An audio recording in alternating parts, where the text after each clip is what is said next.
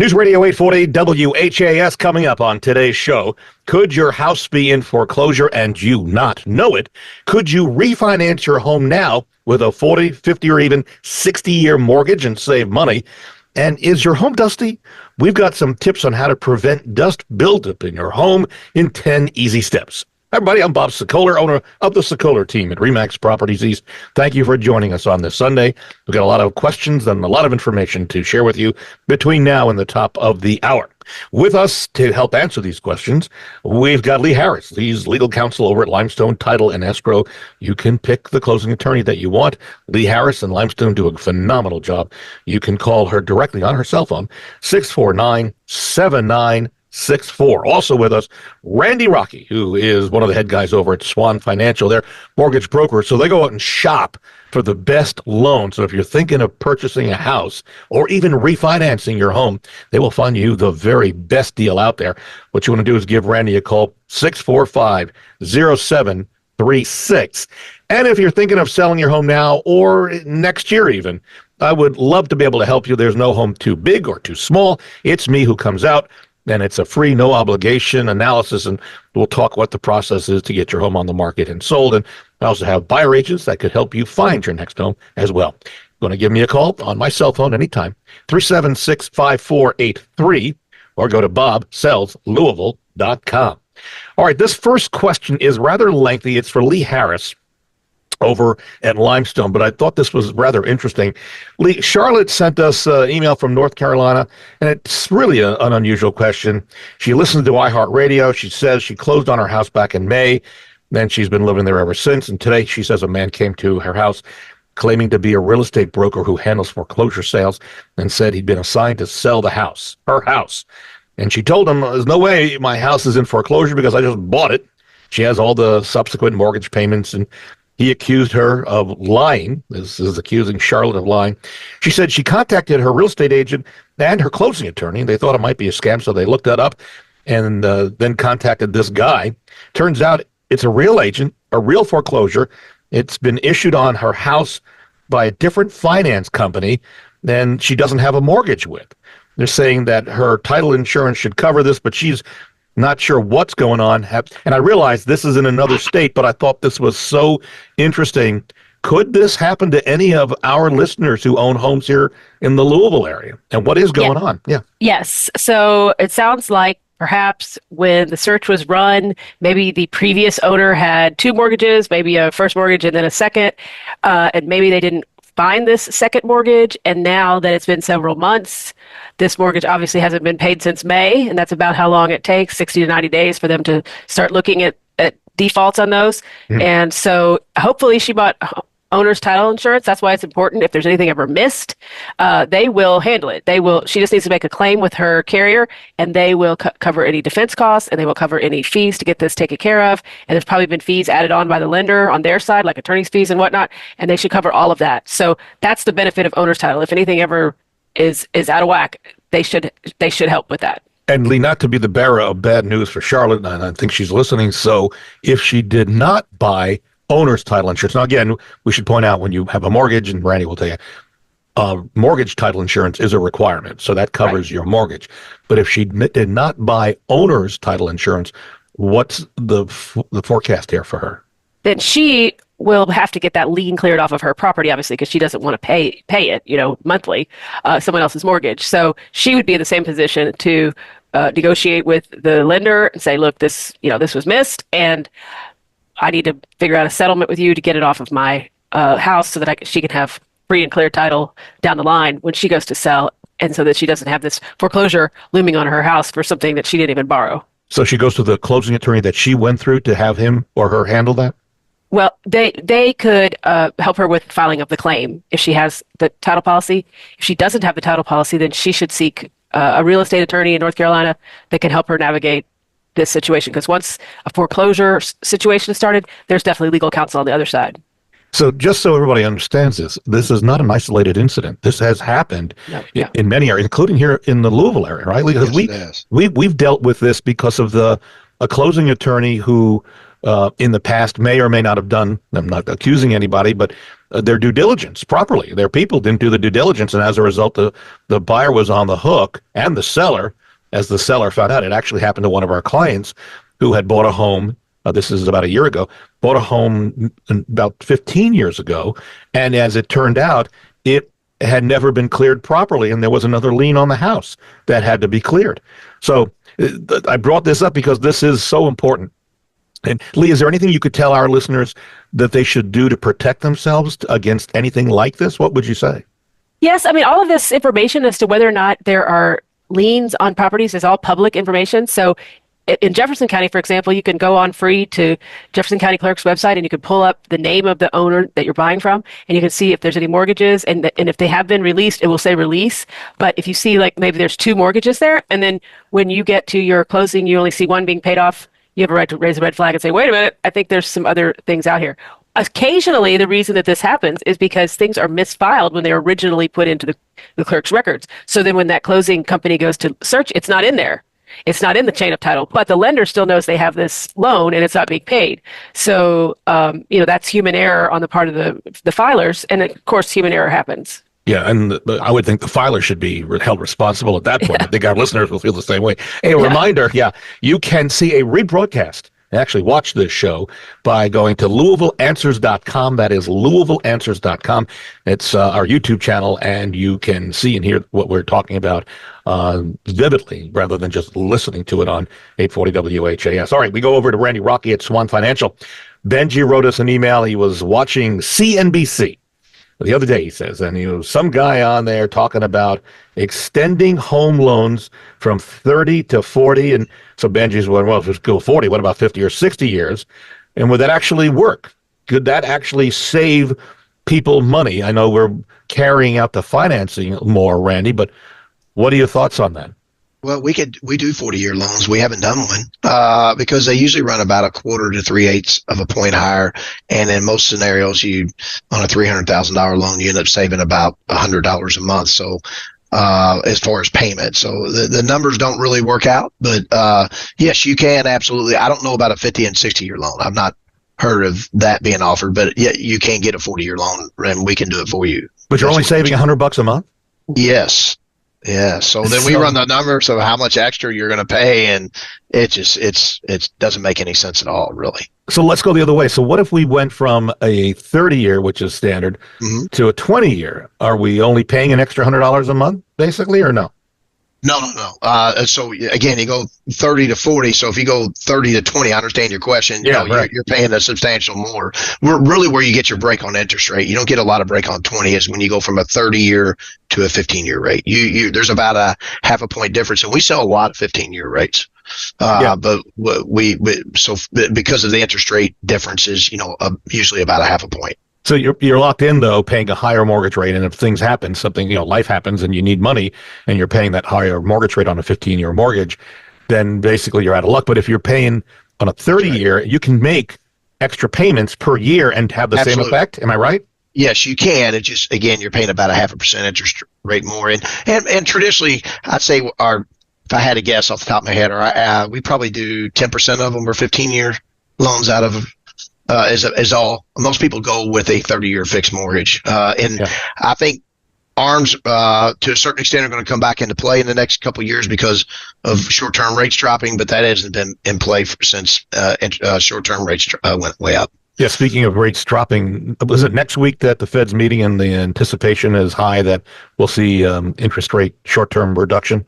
Well, here's an interesting one for you. Barry Abebe, and we both laugh at him. Yes, he's a guy that we followed, and people that follow us here know the Barry Abebe. He is predicting 200 basis points drop in the next year on short-term interest rates. What does that translate to into mortgage rates? So right now, prime, I believe, is at 8.5, so it would be 6.5 on the short-term rates then. Well, how will that translate to? Yeah, long-term, yes. In the long-term, the 30-year fixed, it should drop at least a point. At least a point. And we're right now, and give out your number, but NMLS 26362. If you don't do a buy down, you're in the high fives, low sixes, which is not bad. We were up in the mid sevens at one point. Oh gosh, yeah. Yes. So almost got to 8. Yeah, Yes. folks, it's coming. We're seeing it come down. Just track. Yes. We'll keep you in the loop, right? Hey, by the way, is inventory picking up? Yeah, there's more inventory out there. Yeah. Yeah, so what a great time to buy, because you can always, date the rate and buy the house. So And then refi when it comes back down again. Yeah, we're in marry the about house. 2,400 homes in the area, in the Louisville area right now. A year ago, we were in 1,400s, maybe we're about there. So And what is the healthy market in Louisville? well, I would say 3,000 to 5,000 homes on the market. Yeah. That would be, but again, for buyers, for the sellers, much rather have the fewer homes. Right. Be the big kid on the block.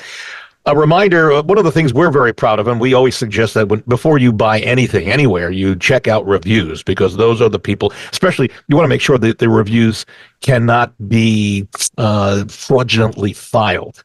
If you understand, and there are some places that do allow that to happen. But if you go to LouisvilleZillow.com or LouisvilleGoogle.com, that's where our main reviews reside, and they do not allow any sort of scamming on that. These are legitimate reviews from our clients. LouisvilleZillow.com, LouisvilleGoogle.com.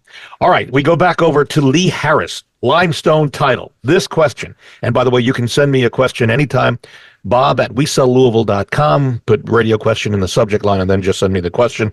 Alex did that, has an interesting problem. In this email, he says his neighbor just put solar panels on their roof, and now those panels are shining sunlight directly into Alex's window, causing a glare. And he's wondering, is there any recourse against the neighbor at this point for glare? Potentially. There's all kinds of things like noise pollution, and there's certain things that neighbors have to deal with, fence line issues and trees and all that. Solar panels is a new one, but if it's causing him a problem with the quiet enjoyment of his property, he may have. The first thing you should do, Alex, is go to your neighbors and tell them, because I don't know if they can adjust them so that they're not lighting up your house like a Christmas tree every night, or if they could, have the company come back out and move that, because certainly anybody who has solar powers probably has panels, also has neighbors, so they should have a quick fix for that. If they don't, then I would send them a letter and say, I would like these changed in so many days, give them a deadline. If not, you can certainly, then it's not a good answer, but you could certainly engage the courts and see if they will find that this is a nuisance that they have created that's affecting your enjoyment of your property. I wonder, that's going to be a tough fix, because they have to be pointed at, and I'm no solar panel expert, but I would think they have to be pointed at the sun, and that's going to be... They do, to work, yes. Yeah, no that's a good one, Alex. I've never heard that. That was why I brought that up. I thought that was a real good question. All right, we're going to take a break. When we come back, if you've got dust in your home, and a lot of, I see it all the time in mine. I have no dust in my home. No, I don't buy that at all. Yeah. I will tell you, we've got some fixes for you. That's coming up in just a couple of seconds. Continuing with us, we thank, of course, Randy Rocky, who is one of the head guys at Swan Financial. Their mortgage brokers come in and they find the best rate for you, but not only for buying a home, but for refinancing as well, which is going to get hot in the next couple of months as rates start to come down. You can reach Randy at 645-0736. Also, Lee Harris, who's a legal counsel over at Limestone Title and Escrow. You can pick the closing attorney you want, and Lee does a great job with everything they do over there at Limestone. And don't forget to taste their cookies when you're at the closing table. You can reach Lee 649-7964. And if you're thinking of selling your home now, maybe in the near future, next year, I'd love to help you come out. It's free and no obligation for me to come out. It's me. No home too big, no home too small. We talk about the process, what needs to happen, what needs maybe not happen. We can get you on the market almost immediately. You can reach me at any time. 376-5483 is my direct cell phone number, or go to bobsellslouisville.com. We're back in a moment on News Radio 840 WHAS. News Radio 840 WHAS, Bob Sokoler, the Louisville Real Estate Show, with you till the top of the hour. Thank you so much, Barbara Corcoran, who's our mentor and friend. And, of course, among the things that she does, she's one of the stars of Shark Tank on ABC, and also you can see her on CNBC in the reruns. Continuing with us, Randy Rocky, who is one of the head guys at Swan Financial. They do a great job of finding you the best rate when it comes to buying a home or refinancing your home. You can reach Randy and Swan at 645-0736. Also with us, Lee Harris. She's legal counsel over at Limestone Title and Escrow. They do a phenomenal job of getting your home closed, and they do the due diligence, which if you heard earlier in the show, a problem where a closing attorney did not. That's not Limestone. They do the job.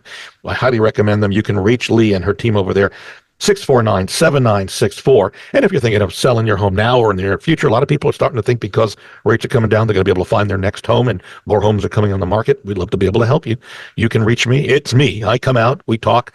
Spend as much time as you want. It's free, no obligation. We talk about the process. You can reach me at 376-5483 or go to bobsellslouisville.com. And by the way, if you want an instant evaluation, and it's computerized, mind you, so it's a starting point, go to WeSellLouisville.com and click on Home Evaluation at the top of the page. That's WeSellLouisville.com.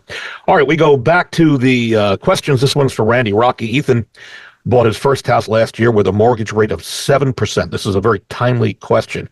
He sent us this email saying he heard that rates are coming down. He's wondering, at what point, Randy, should he, and by virtue of him, everybody else, when should they consider a home if their rates are, say, in the 7%? What should the spread be to make it affordable and logical? Looking at a $300,000 home, depending if we can move them out of FHA to conventional, or if you're conventional, you're between a half a point and 3/4 of a point is when they should look at refinancing. And what we do is we do it on the front end for them and show them, hey, when this strike rate, we call it the strike rate, once this hits, then we can go ahead and lock you. So we try to get that done on the front end for them so it's not a frenzy when the actual rates start dropping. I didn't realize it was that small of a change, especially, I guess, if you're going to stay in the house for a while, it's important. Yeah, it depends on how long you're going to be there and all the above. Yes, that is correct. All right. So many of us sitting around our house, we're going to be indoors a lot more. You may be looking at the floor or the countertops, and you're starting to see dust everywhere. How do you get rid of it? We've got some suggestions for you that might be some assistance in the near future. First of all, change your air filters, regardless of the air conditioning system in your home. All the air filters should be routinely replaced. And the report that I read, every 30 to 90 days to replace those air filters. And that would be smart. I checked my air filter because I got a new house and it needs to be replaced already. And these take like 28 by 28. You can't find them in the big box stores. I had to order them off online. Also, something simple, and you can get them rather cheaply at the big box stores, lay down a doormat. So when you walk in, you're wiping your feet before you're bringing dust and dirt into the house. Believe it or not, it's not only a welcome to everybody, but it also reduces the amount of dirt and the dust. Wash linens regularly. How often, Lee, Randy, not that Randy does this, his wife Tracy does this, right? How often do you guys wash your linens? Once a week, I hope that's right, on my bed.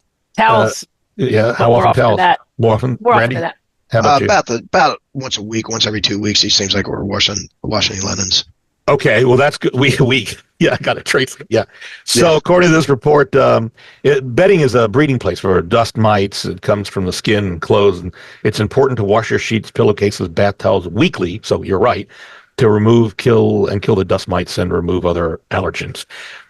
Something else, and I've got 2 big German Shepherds that I love, but they also go grooming once a month. But bathing your pets will help reduce the amount of dust.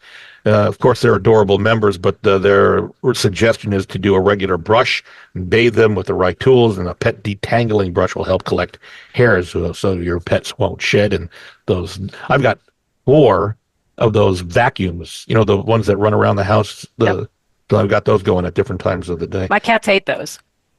Oh, really? Yeah. Oh, well, my dogs actually they tolerate them now. They just watch it go past them. But this suggestion, do bathe your pet more than once a month, but don't do it too often because it could dry out their coat. Turn on an air purifier. I think that makes sense. They're costly, though. I've got one. It's costly. Use the right type of vacuum. We know that. Wet your dusting cloth. I thought this was a good suggestion. If you dust your home every week, that's great. But if you are just using a dust cloth and dry, it's just moving the dust around and putting it back in the air. So you might want to use some sort of dusting spray.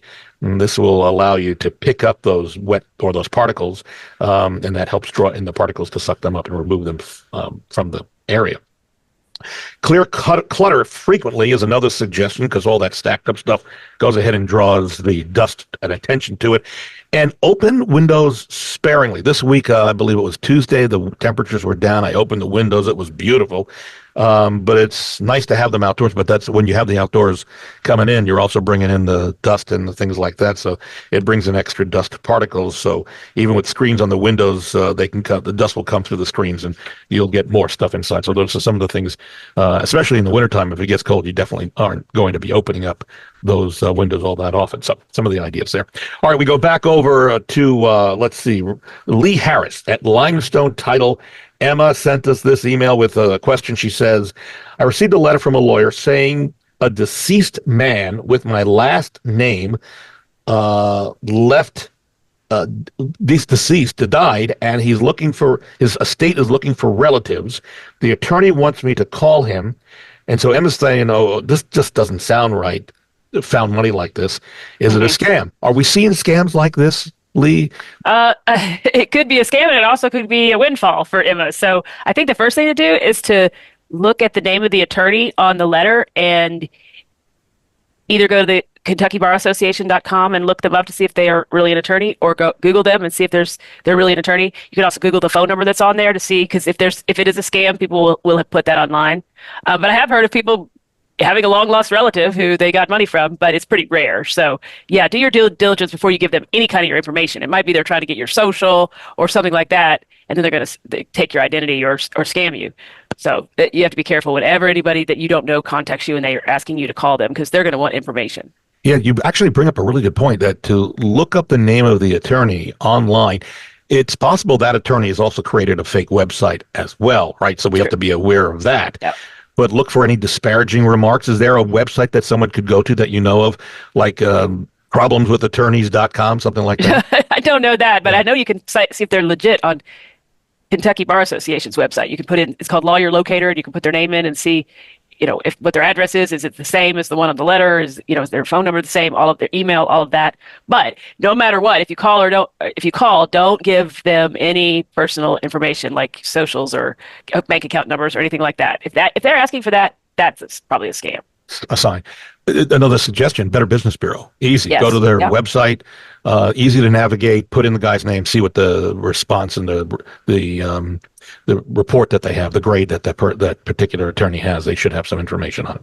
All right, we go back over to Randy Rocky Swan Financial. Ethan going to sell his home, buy a new one. He's wondering how much money should he put away to make the purchase, and that includes down payment, closing costs, and anything else that he should be concerned about. And again, Ethan, it's pretty wide open, Randy. Let's just figure an average, let's say a $300,000 home. What would you suggest at that point? So you could go zero money down. If you do that, your interest rate is going to be higher and your payment's going to be higher. You can do is little, since he's already bought a home, he can be, doesn't usually qualify for a 3% down conventional. So it would be a minimum of 5%. So that's $15,000 on a $300,000 home, plus your closing cost and prepaid to set up your escrow and all that's another 3%. So you're looking at about another 9,000. So in that scenario, you would need 24,000. Now, what a lot, including your agents that I work with, do is they have the seller help pay the prepaids to set up the escrow and the closing costs, and usually get around 3%. So then he would bring in that 15 in that scenario of $15,000. FHA 3.5%. So you're looking at roughly $11,000, $10,750 if my numbers are exactly correct. And then on VA, obviously zero. So that's kind of goes down. USDA zero, but that doesn't usually play that much. So that's kind of where you're at. And obviously, if you get it to a 20% number, you get out of private mortgage insurance. So private mortgage insurance is basically foreclosure insurance. So if you foreclose, they have a fund put together because you put less money down, so you're more at risk for Fannie Mae and Freddie Mac. So usually private mortgage insurance on a $300,000 house runs about the $70 extra. And then once you have 20% equity in your house, that $70 would come off a month. Got it. All right. One final question. This one's for Lee Harris. And this is one of the more unusual ones we received recently. Nick says he's got a rental home, large backyard. His renter, Will, and we'll call him Will, was growing marijuana in the large backyard, and authorities discovered it. Nick says he was fined $30,000. Nick, the owner of the property, not the renter, and there's a lien on the property now for that.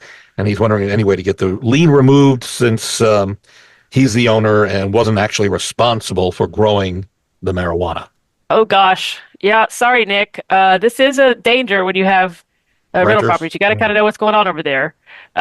So it's a federal government thing that, they can put liens or they can seize property if there's ever any drug activity at a particular house. And really, you could try to get that back from the tenant, but $30,000 is quite a big hit. I'm not sure he would have that funds, but in order to get it released, I think you're probably going to have to get a payment plan with whoever, the federal government or state government, whoever has that lien on there. So yeah, landlords out there, be aware, because they certainly can come to find you when it's not really your doing. Yeah, it's a word of warning. I think this is for anybody who owns rental property, and it could be other things as well. Inside is not just outside, right? And meth lab. Yes, right. Yeah, Yes. Walter White, Right, exactly. personified. So, and suggestion, and I don't do rental property, but would you suggest a once a month visit to the rental property, inside or outside? I mean, that would be ideal. You obviously have to give them 2 days written notice by text or email or posting a notice to go in.